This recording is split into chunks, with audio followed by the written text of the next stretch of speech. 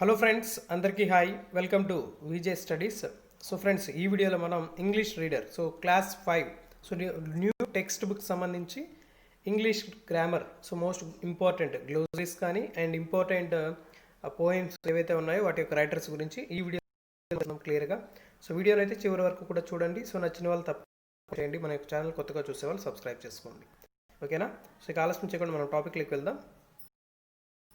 చూడండి, చాలా చక్కగా ఇచ్చారనమాట ఇంగ్లీష్ గ్రామర్కి సంబంధించి ప్రతి అంశం.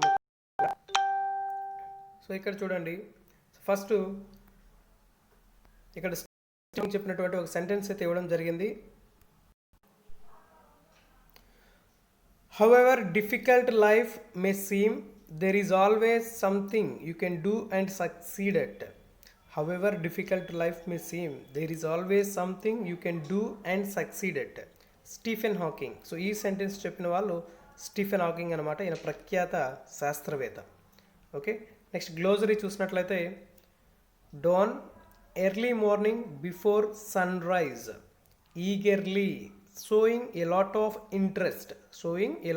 Interest, uneven, not even, not flat, unlevel.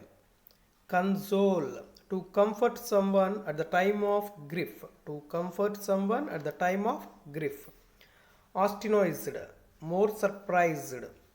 Insisted, demanded continuously. Tapping with hand in appreciation. Weeds, unwanted plants. Weeds means unwanted plants. Bouquet, a bunch of flowers. Wired, it means removed. Okay, important glossary సంబంధించి. Next ఇక్కడ fill in the blank words given in the hint box. ఇక్కడ కొన్ని ఇవ్వడం జరిగిందనమాట. Hint బాక్స్లో ఉన్న వాటితో మనం ఇక్కడ ఫిల్ చేయాలి. మల్లిక was so dash that she could not sleep after dawn. Malika was so excited that she could not sleep after dawn. Dawn అంటే ఏంటి? Excited.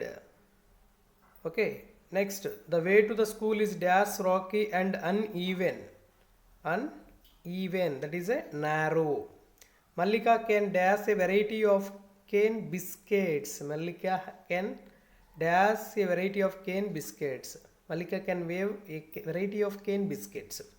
Malika uses a dash to move around. Malika uses a wheelchair to move around.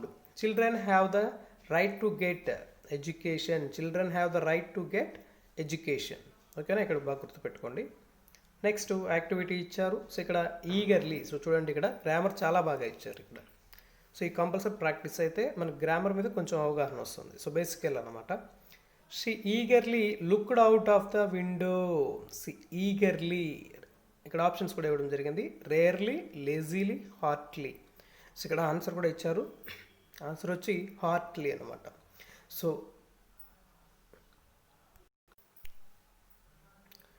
Eagerly means heartily. ఇక్కడ meanings అనేది చాలా క్లియర్గా ఇచ్చారు. Next చూడండి, she was so excited that she could not sleep after dawn. Very happy, very angry, very calm. Very happy. Excited means utsaham. The way to the school is narrow, rocky and uneven. It is not wide. Okay, it is not wide. Narrow means ఒక స్వరంగం లాగా ఉంటుంది అనమాట. సందుల్లాగా ఉంటాయి కదా, ఆ మాదిరి గుర్తుపెట్టుకోండి. Next,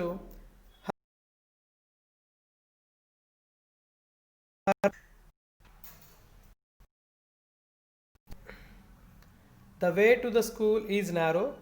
Next, her nana always consoled her. Comforted, scolded, hated. Consoled means comforted.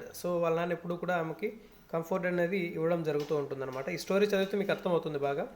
But would you like to come to school if possible? He insisted. Maintained, primarily, asked, enquired. Insisted means enquired. He is asking. Okay, next చాలా చక్కగా ఇచ్చారు. Next, the next day he assembled the parents committee. ఇక్కడ assembled means brought together. Next, the village panchayat contributed by laying a good road. Wanted, assisted, liked. Answer is B, assisted. I never dreamed I would see a day like this. Dreamed means imagined. Okay, option A is the right అన్నమాట. Next ఇక్కడ చూడండి, let's see some more examples about here.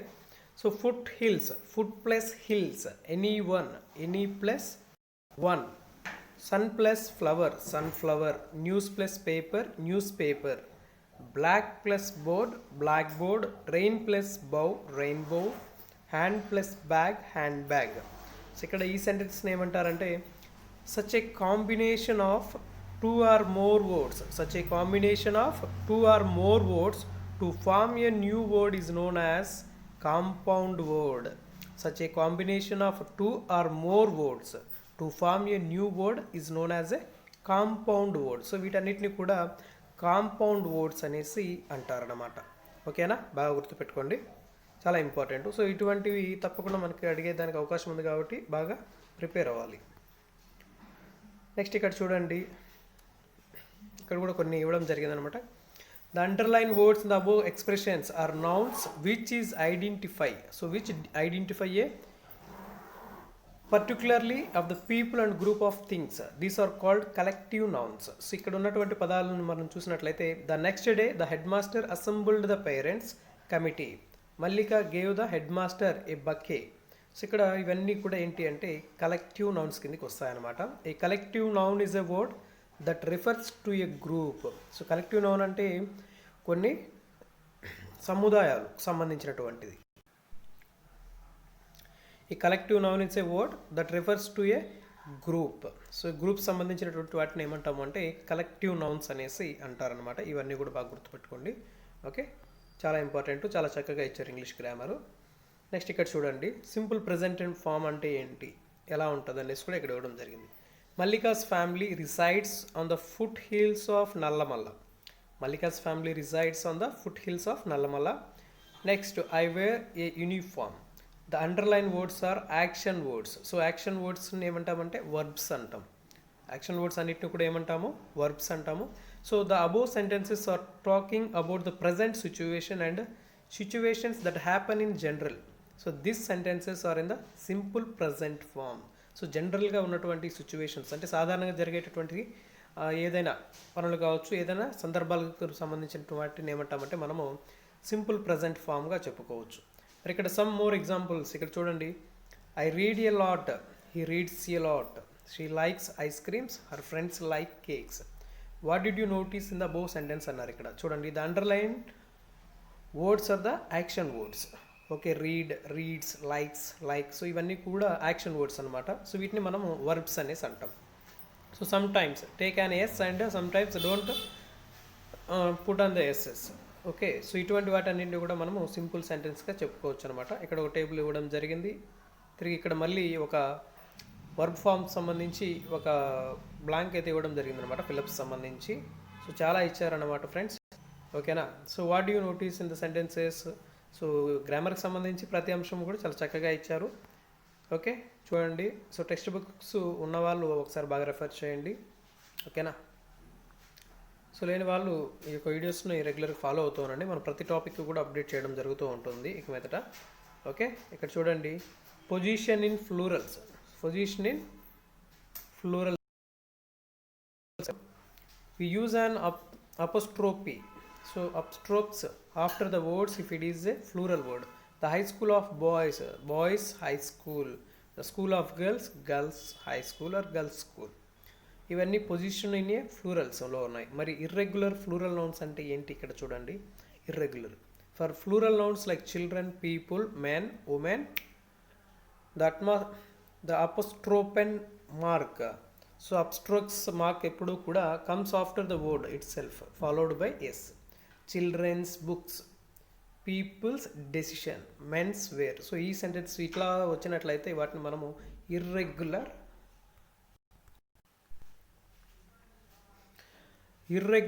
Plural nouns అనేసి అంటాం అనమాట. So ఇవి చాలా important, బాగా గుర్తుపెట్టుకోండి, చాలా చక్కగా ఇచ్చారు. సో ఈ టాపిక్స్ పైన కూడా మనం త్వరలో ఒక లైవ్ ఎగ్జామ్ అయితే కండక్ట్ చేయడం జరుగుతుంది ఇంగ్లీష్ సంబంధించి.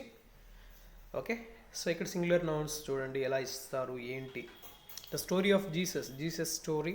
The poetry of kids, the kids poetry or kids poetry.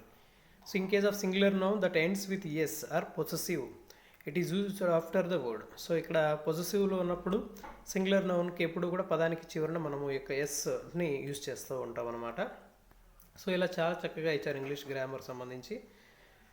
ఓకేనా, ఇక్కడ చూడండి ఒక ఆర్టికల్ స్కూల్కి సంబంధించి ఇవ్వడం జరిగింది. ఎలా ఏంటి ఒక లెటర్ ఫార్మేషన్ అనేది ఇవ్వడం జరిగింది అనమాట, పాంప్లెట్ లాగా. ఇక్కడ చూడండి హ్యాండ్ వాష్ ప్రోగ్రామ్ సంబంధించి కూడా ఇవ్వడం జరిగింది ఇక్కడ స్లోగాన్స్. ఓకే, ఇన్స్ట్రక్షన్స్ ఏంటి, హింట్స్ వచ్చారు. సో ఎక్కడి నుంచైనా మనకు ప్రశ్నలు అడిగేదానికి అవకాశం ఉంటుంది కాబట్టి బాగా చూసుకోవాలి. నెక్స్ట్ లీవ్ లెటర్ చూడండి. సో చాలా క్లియర్గా చాలా చక్కగా ఇచ్చారు. సో 5th క్లాస్ కాబట్టి సో అక్కడి నుంచే మనకి లీవ్ లెటర్ అనేది ఎలా రాయాలి ఏంటి అనేది కూడా పిల్లలకి ఈజీగా తెలుసుకోవడం కోసం ఇక్కడ ఒక మోడల్ కూడా ఇవ్వడం జరిగింది. ఓకేనా, ఇక్కడ కొన్ని యాక్టివిటీకి సంబంధించి ఇచ్చారు. ఓకే, సో ఇక్కడ చూడండి ఒక స్టోరీ ఇవ్వడం జరిగింది friends. Next my sweet memories, second lesson my sweet memories in 5th class English. ఇక్కడ చూడండి ఒక స్టోరీకి సంబంధించింది, బాల్య స్మృతులు అనేసి అంటూ ఉంటాం మనము జనరల్గా. సో పిల్లలకు సంబంధించిన అంశం కాబట్టి ఇక్కడ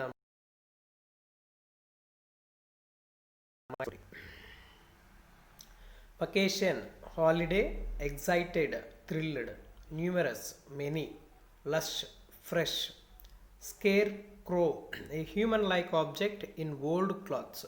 సో మనము అక్కడెక్కడ పంట పొలాల దగ్గర ఒక దిష్టి బొమ్మలాగా పెట్టింటారు కదా, కాకులు కానీ ఏదైనా పక్షులు వచ్చి పంటను నాశనం చేయకుండా ఉండడానికి, అదన్నమాట. స్కేర్ క్రో అంటే human like object in old clothes. Laden, weighed down with a load, swaying, move or cause to move slowly. Threshing, separating grain. Splashing, sound made by something striking into water. Splashing means sound made by something striking into water.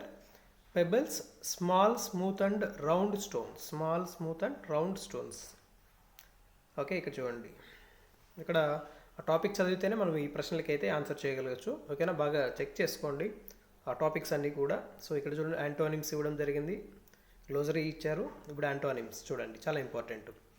Less opposite more, fresh stale, beautiful ugly, hard soft, thick thin, narrow broad. Okay, so the opposite words for the underlined words are for and lost respectively. Such words which give the opposite meanings are called antonyms అనేసి ఇక్కడ వాక్యం కూడా ఇవ్వడం జరిగింది. So ఒక పదానికి ఏ పదం అయితే వ్యతిరేక అర్థాన్ని తెలియజేస్తుందో వాటిని మనము ఇంగ్లీష్లో యాంటోనిమ్స్ అంటాము, తెలుగులో అయితే వ్యతిరేక పదాలు అనేసి అంటాము. ఓకేనా, గుర్తుపెట్టుకోండి, చాలా ఇంపార్టెంట్. యాంటోనిమ్స్ సినానిమ్స్ తప్పకుండా మనకి బిట్స్ అయితే అడుగుతూ ఉంటారు. సో ఇక్కడ చూడండి, there is no one at home and nothing is there to do, so it is very boring, let's go out and do something. Pallavi said to Santosh. In the above sentences, the underlined words no one, nothing and something do not refer to any specific person or thing. Such words are called indefinitive pronouns. ఏమంటారు, indefinitive pronouns అనేసి అంటారు ఇక్కడ.